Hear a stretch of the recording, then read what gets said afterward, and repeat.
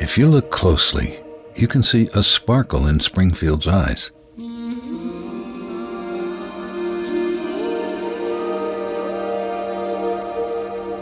And that sparkle is a reflection of imagination, of big dreams, and the willpower to make those dreams a reality.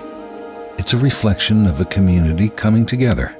That sparkle in our city's eyes is the clear reflection of 25 years of the brightest nights Springfield has ever seen.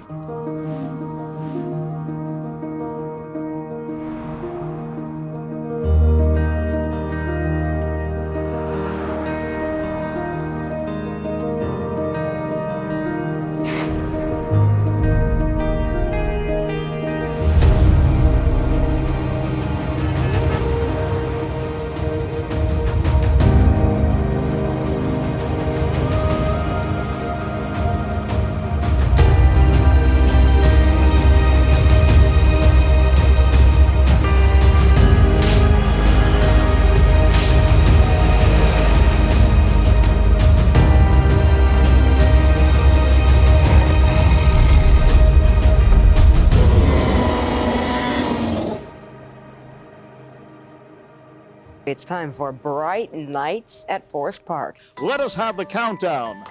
5, 4, 3, 2, 1, lights on! There they are! There are the lights! Oh, isn't it beautiful?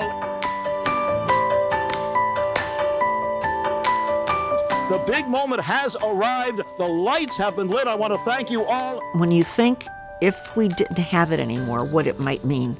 It's a tradition. In this book that we just did with memories, the pictures were when the kids were little in the car and now that the kids are young adults in the car. My kids still come home at 29, 27, 25 now, and they drive me nuts asking, hey, can we go to Bright Nights? I have the greatest regard for Forest Park. And to see it utilized in the winter, on a cold winter night, it was, for me, engulfing. It was getting out of like our day-to-day kind of thing and going and doing something different, and it kicked off the holiday season. People had their windows rolled down. It was a beautiful evening and they were just yelling out. I'm so proud of Springfield and this is great. I knew it was going to be nice, but I didn't know how nice and I didn't know how big it was going to be. And it was awesome.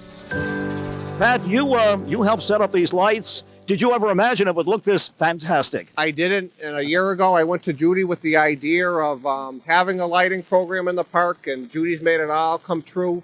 And growing up in Springfield, we had lights, and I'm so happy that we have the lights go on for tonight. It was one of my goals to bring a Christmas or holiday display back to the city. About a year into the job, we got a catalog from Carpenter's Decorating across my desk, and myself and the park planner at the time met with Judy Matt, showed her the catalog, and we contacted Carpenter Decorating, and they had one of their best designers, John Cantonacci, come out and meet with us. We told them what Springfield was known for, and we knew we had Milton Bradley with all the games.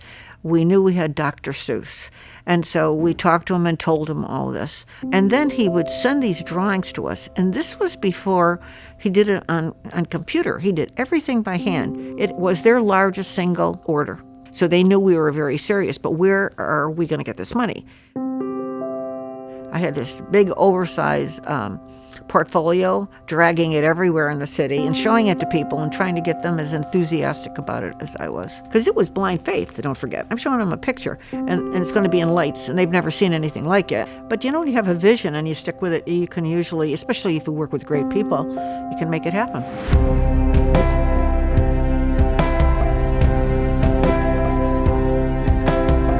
Our real hero is Peter Pignelli in this.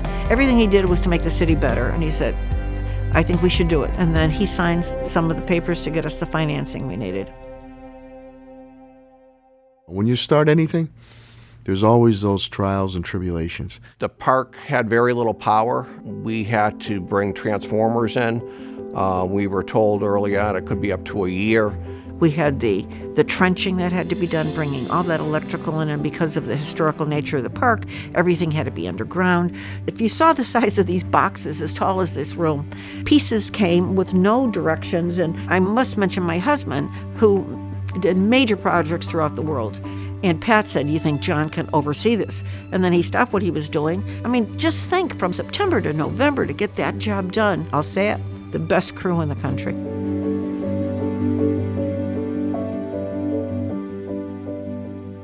We're very grateful to our community partners that continue to sponsor a display or help out in one way or another. Private sector business community is very, very important to the success of Bright Nights. Even though it's a massive light display, there's a lot of closeness to it as far as the working relationship. The Parks Department, DPW, our police department. We worked obviously very closely with the neighborhood, and I mean, you're getting thousands and thousands of cars coming there.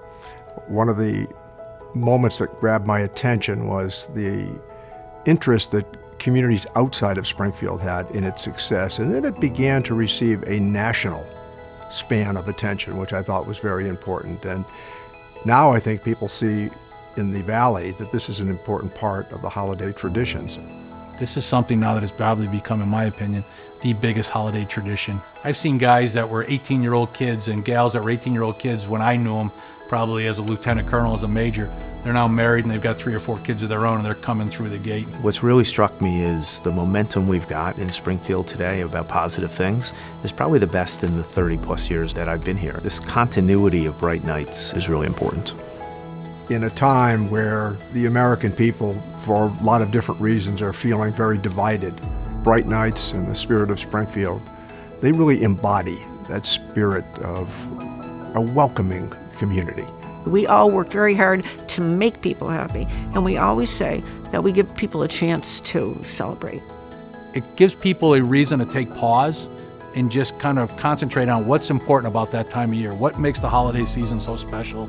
That's faith, family, and friends, and I think that's what Bright Nights does for most people.